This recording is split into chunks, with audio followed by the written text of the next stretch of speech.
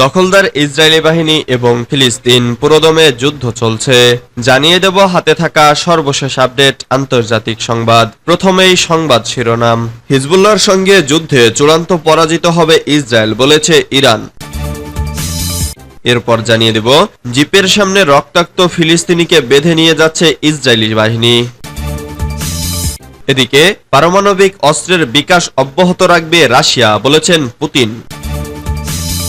এরপর জানিয়ে দেব তাইওয়ানের স্বাধীনতা চাইলে মৃত্যুদণ্ড। আরো জানিয়ে দেব লোহিত সাগরে ফের মার্কিন রণতরীতে হাউসিদের হামলা। সর্বশেষ জানিয়ে দেব ইউক্রেনের জ্বালানি অবকাঠামোতে ব্যাপক রুশ হামলা। এতক্ষণ শুনছিলেন সংবাদ শিরোনাম, এবারে বিস্তারিত।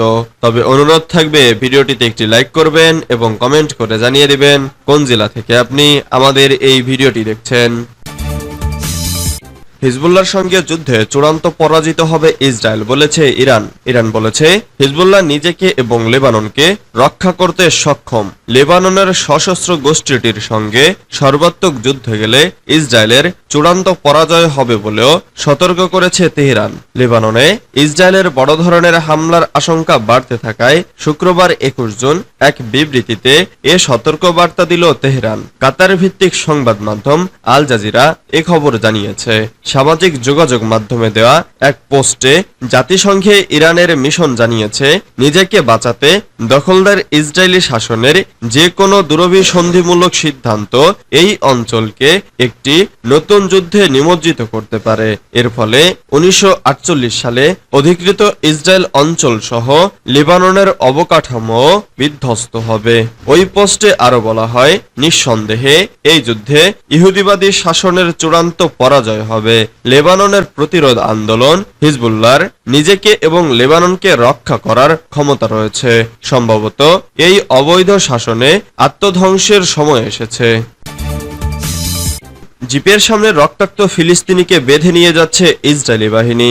সামাজিক যোগাযোগ মাধ্যমে ভাইরাল হওয়া একটি ভিডিও নিয়ে মুখ খুলেছে ইসরায়েলি সেনাবাহিনী। ওই ভিডিওতে ইসরায়েলের সামরিক বাহিনীর চলন্ত জিপের বনেটের ওপর আহত এক ব্যক্তিকে দেখা গেছে। তাকে রক্তাক্ত অবস্থায় বেঁধে রাখা হয়েছে। ইসরায়েলের প্রতিরক্ষা বাহিনী ভাইরাল হওয়া এই ভিডিওটির বিষয়ে বিবৃতি দিয়েছে। তারা বলেছে, পশ্চিম তীরের জেনিন শহরে ইসরায়েলি সেনা অভিযান চলাকালে এই ঘটনা ঘটে। ওই ফিলিস্তিনি অভিযান চলাকালে গুলি বিনিময়ের সময় আহত হন। তিনি সন্দেহভাজন ছিলেন।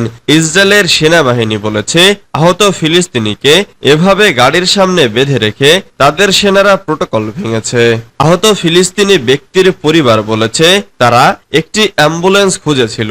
এ সময় সেনাবাহিনী তাকে ধরে জিপের বনেটের ওপর বেঁধে রাখে। এরপর গাড়িটি চালিয়ে চলে যায়।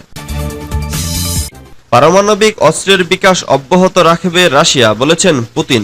ইউক্রেনের পশ্চিম ও দক্ষিণাঞ্চলে জ্বালানি অবকাঠামোতে ব্যাপক হামলা চালিয়েছে রাশিয়া। শুক্রবার মধ্যরাতে এ হামলা চালানো হয়েছে। শনিবার ইউক্রেনের জ্বালানি মন্ত্রণালয় হামলার বিষয়টি নিশ্চিত করেছে।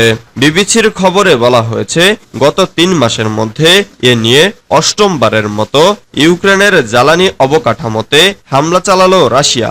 রুশ আক্রমণে জাপোরিজিয়া ও লভিভ অঞ্চলে ইউক্রেনের জ্বালানি অবকাঠামোর অনেক সরঞ্জাম ক্ষতিগ্রস্ত হয়েছে বলে জানিয়েছে দেশটির জ্বালানি মন্ত্রণালয়।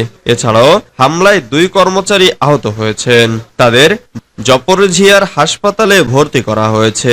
ইউক্রেনীয় কর্তৃপক্ষ জানিয়েছে, রাতভর রাশিয়ার হামলায় একটি বিদ্যুৎ কেন্দ্র সহ জ্বালানি অবকাঠামোর বেশ ক্ষয়ক্ষতি হয়েছে। হামলায় 7 কর্মী আহত হয়েছেন বলে জানানো হয়েছে।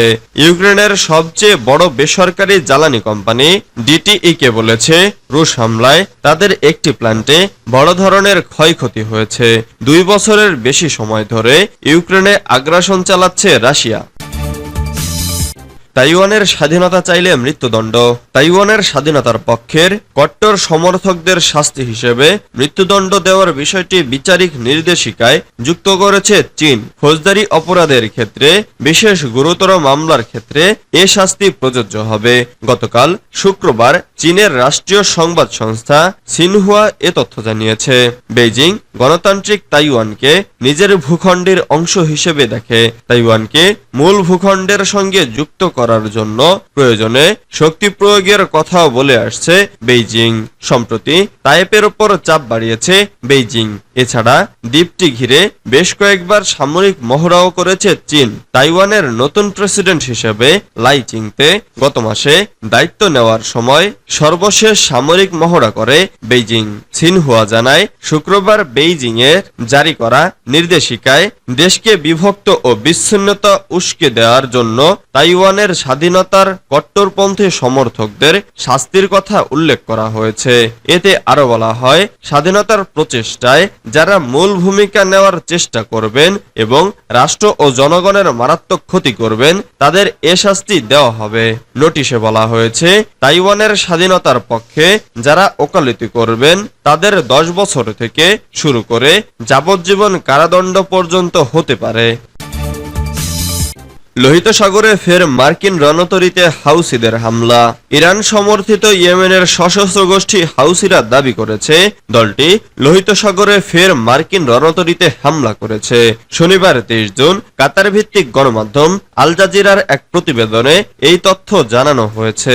প্রতিবেদনে বলা হয়েছে, ইয়েমেনি গোষ্ঠীটি বলেছে যে তারা লোহিত সাগরে মার্কিন নৌবাহিনীর বিমানবাহী রণতরী ইউএসএস আইজেনহাওয়ার এবং আরব সাগরে ট্রান্সওয়ার্ল্ড নেভিগেটর নামের আরেকটি জাহাজে হামলা করেছে।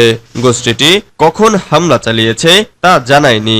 সূত্রটি আরো জানিয়েছে, হাউসিরা এক বিবৃতিতে বলেছে, ট্রান্সওয়ার্ল্ড নেভিগেটরে সরাসরি একটি ক্ষেপণাস্ত্র দ্বারা আঘাত করা হয়েছিল। এছাড়া আইজেনহাওয়ারের বিরুদ্ধে তারা সফলভাবে লক্ষ্য অর্জন করতে পেরেছে। হাউসিরা বলেছে, তারা গাজায় ফিলিস্তিনিদের সাথে সংহতি প্রদর্শনের জন্য ইয়েমেনের নিকটবর্তী জলসীমায় ইসরায়েল সংযুক্ত জাহাজ এবং তাদের রক্ষার জন্য গঠিত আন্তর্জাতিক জোটের